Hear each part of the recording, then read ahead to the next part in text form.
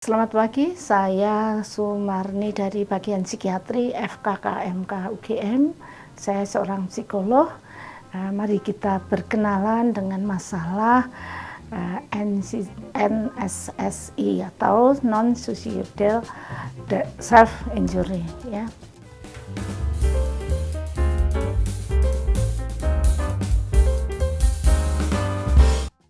Apa itu yang dimaksud dengan NSSI? Yaitu sebuah tindakan yang secara sengaja dilakukan untuk melukai diri sendiri tanpa adanya niat untuk bunuh diri. Jadi dia tidak untuk mati, tetapi dia melukai diri sendiri. Contoh perilaku menyakiti diri atau self harm antara lain adalah cutting. Banyak sekali dilakukan oleh remaja sekarang dengan cara cutting, melukai tangan, melukai lengan atas, lengan bawah, juga ada perilaku membakar diri atau memukul diri sendiri, ya, atau membentur-benturkan kepalanya. Epidemiologinya, ya, sekitar 2 juta kasus NSSI per tahun di Amerika. Sering terjadi pada remaja, tapi juga bisa sampai dewasa muda, ya. 17-28% remaja melakukan perilaku menyakiti diri sendiri. Laki-laki dan perempuan sama bisa melakukan, tetapi perempuan lebih banyak. Pada laki-laki perilaku utamanya adalah membakar atau memukul diri sendiri, sedangkan cutting dilakukan kebanyakan oleh wanita karena itu dianggap perilaku yang feminin. Orang-orang yang melakukan perilaku menyakiti diri sendiri mempelajari perilakunya itu dari teman-teman ataupun situs di internet, ya. Apalagi sekarang dengan medsos yang makin marak, mereka belajar menyakiti diri sendiri, melukai diri sendiri, tetapi tidak untuk mati. Apabila di terapi, perilaku tersebut biasanya akan menghilang pada saat dewasa muda. Namun apabila tidak diterapi, perilaku tersebut dapat berlanjut sampai dewasa, terutama pada perempuan. Penyebab dari NSSI ini atau sering disebut dengan self harm adalah seringkali dilakukan dengan tujuan untuk mengurangi perasaan tidak nyaman seperti sedih, kesepian, diabaikan, kecemasan, dan perasaan yang tertekan tetapi berlebihan, ya.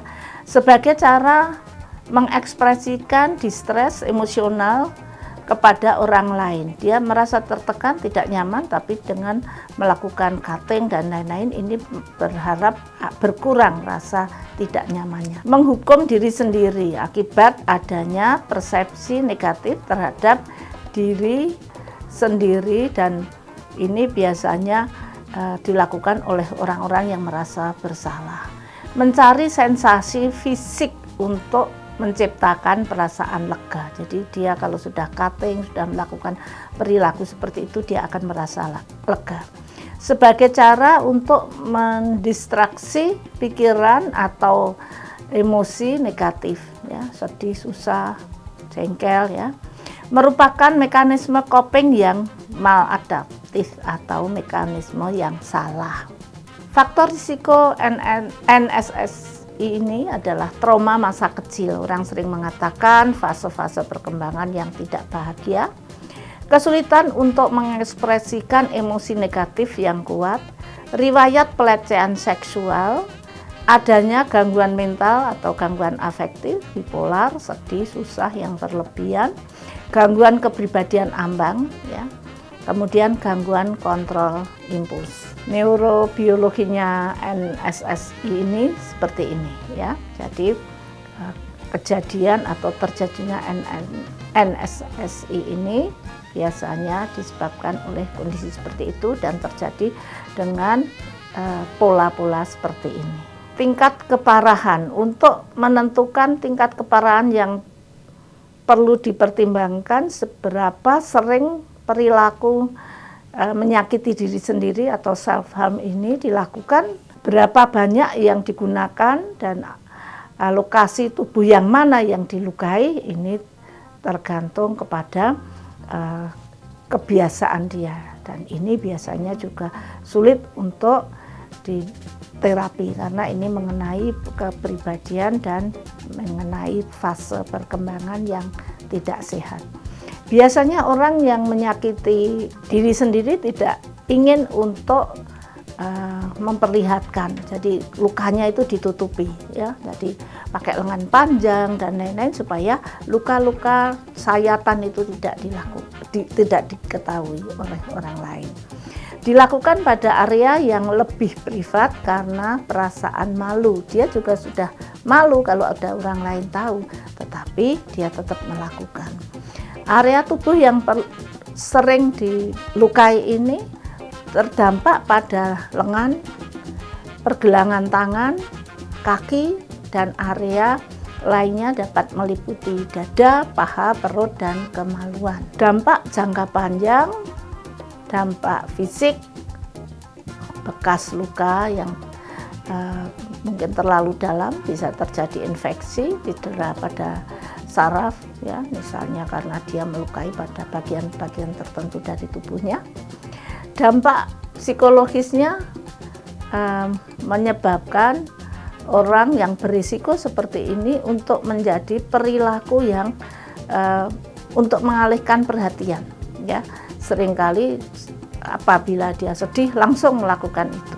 Memperberat gangguan mental, dia sudah sedih tetapi dengan melakukan tindakan-tindakan melukai diri sendiri maka gangguannya akan lebih berat lagi.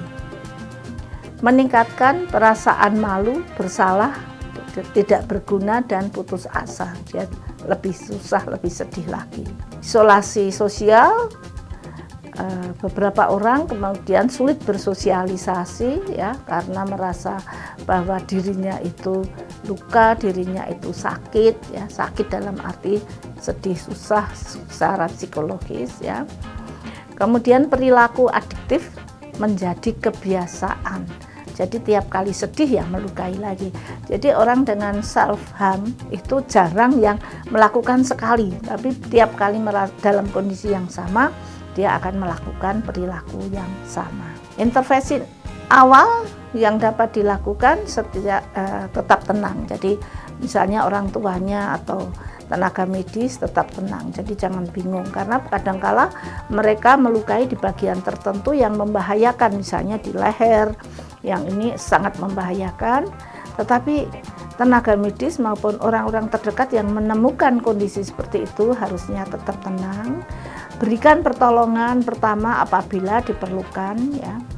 Kemudian berikan dukungan emosional dan tunjukkan kepedulian. Jadi kita harus care, kita harus sabar, kita harus membantu dia, mensupport dia supaya dia tidak tambah inferior, tambah sedih ya. Bantu pasien untuk segera mencari bantuan profesional ya. Konsultasi kepada psikolog klinis atau kepada psikiater untuk mendapatkan penanganan yang sesuai. Terapi dari self harm ini sendiri ya, kalau farmakologi untuk menerapi gangguan mentalnya itu dengan yang atas dasar gangguan yang dirasakan, bipolar misalnya, bagaimana pas dia depresi harus seperti apa, gangguan cemas seperti apa, ataupun gangguan kepribadian ambang. Hati-hati pada gangguan kepribadian ambang, karena gangguan kepribadian ambang ini mendasari perilakunya dan mendasari pola pikirnya. Yang non farmakologis, psikoedukasi, kemudian cognitive behavior therapy, kemudian dialectical behavior therapy. Ini yang biasa dilakukan di rumah sakit oleh seorang psikolog maupun oleh seorang psikiater. Sobat Gamnal, terima kasih atas perhatiannya. Selamat pagi dan Assalamualaikum warahmatullahi wabarakatuh.